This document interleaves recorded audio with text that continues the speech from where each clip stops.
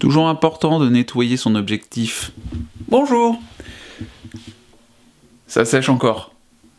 Puis alors ça sèche là aussi, hein. Ça sèche de partout. Salut mes loups, j'espère que vous allez bien. Nouvelle vidéo aujourd'hui, nouveau vlog avec 2 dessins supplémentaires. J'espère que vous avez passé un super week-end. De mon côté, j'ai dessiné et j'ai rien glandé d'autre. C'est-à-dire que ce dimanche, là il est à peu près 20h30, j'ai dormi jusque 10h30 et je me suis fait une bonne sieste de 3 heures cet après-midi. Voilà, la fatigue, messieurs, dames. Mais j'avais envie quand même de vous montrer un truc avant de passer au dessin. C'est ça! Oui! Le calendrier de l'Avent. Oui, je suis ce genre de personne qui dégote son calendrier de l'Avent au mois d'octobre. Qu'est-ce que tu vas faire? Je viens de remarquer un truc, je suis choqué. Derrière le calendrier de l'Avent, il vous spoil l'intégralité du contenu de ce calendrier. Donc du coup, on a l'herboriste, pas mal du tout, le thé du Louvre également, détox brésilienne, détox scandinave et la détox sud-africaine, la meilleure. Tellement la meilleure que je me suis acheté un sachet de vrac de 100 grammes en même temps que le calendrier. Donc je sais pertinemment quel goût il a. Bon, en parlant de thé, il est prêt, maintenant on se met au boulot.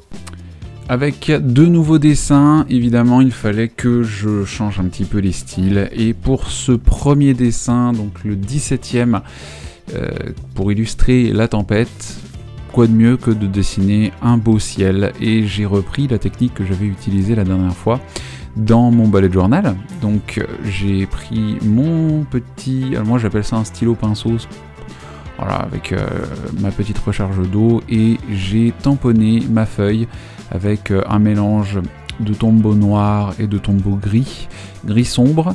Et donc j'ai bien mélangé tout ça, le résultat est vraiment sympa, hein. Quand vous utilisez de l'aquarelle ou du tombeau et que vous tamponnez avec un pinceau, ça donne un effet ciel qui est vraiment sympathique. Et pour le sol, on est en automne, donc je tamponne avec du marron orangé et ça donne quelque chose de plutôt sympa. Pour le style du dessin, je suis parti sur une ombre. J'aurais pu tout à fait dessiner et faire du shading, etc. Et puis finalement je me suis dit, allez, utilisons un tombeau noir, on colorie l'ombre et on va jouer sur les ombres justement. Donc je fais l'ombre du loup, qui pour le coup a une forme plutôt sympa au niveau des pattes. Au moins en fait l'avantage de faire ce genre de style et de coloriser l'intérieur en noir, c'est que vous pouvez vous foirer sur l'anatomie des pattes. Ce sera pas bien grave, c'est facilement rattrapable justement quand tout est colorisé en noir. Et puis ensuite, je vais faire évidemment des éclairs. Voilà, je dessine des éclairs dans le ciel. Ça se voit pas des masses parce que, étonnamment, alors en plus, j'ai mal réglé la luminosité de ma caméra, donc du coup, c'est un peu trop clair. Le ciel est pas si clair que ça, en fait, sur le papier. Mais pour que ça se voit un peu plus, évidemment, j'ai fait mes éclairs en blanc. Voilà, donc des éclairs pour, évidemment, respecter le thème du dessin, la tempête, Storm. Et je dessine, pour faire la séparation entre le ciel et le sol, un horizon qui est en fait... en fait, quand j'y réfléchis, j'ai l'impression d'avoir dessiné un renard.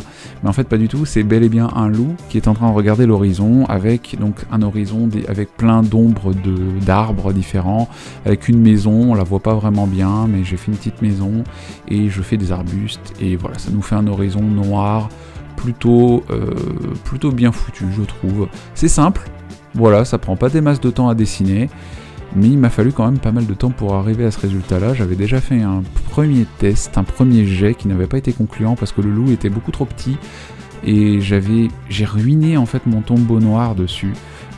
Il va falloir que je m'en rachète un nouveau. C'est au moins le 4e ou 5e tombeau noir que j'achète tellement je les utilise et que je flingue la pointe pinceau.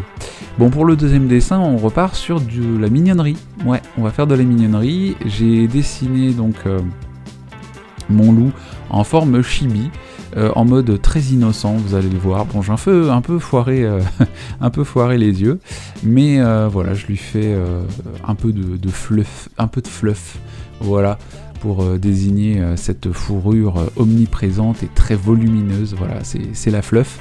Je dessine tout ça avec une position assez voilà, innocente de Ashton en mode chibi devant un gâteau.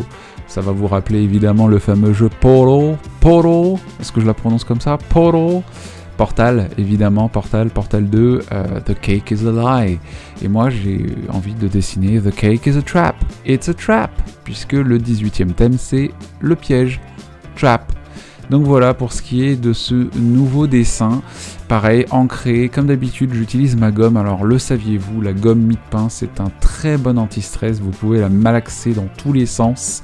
N'hésitez pas à aller voir sur Instagram. Je peux vous faire des stories sur comment je torture ma gomme mie de pain. Voilà, je lui fais des trous partout. Là, je suis en train de la manipuler. Elle a un symbole de Xana dessus, voilà, que j'ai gravé. Je fais de la linogravure, c'est un vrai plaisir.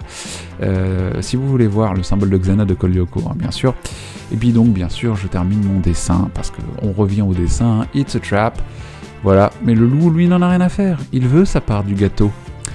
Voilà mes loups, c'est tout pour ce duo de dessins pour le week-end. J'espère une nouvelle fois que vous en avez passé un bon et je vous souhaite une très agréable semaine. On se retrouve mardi soir pour les 2 prochains dessins. Je vous embrasse très fort et je vous dis à très vite. Gros bisous.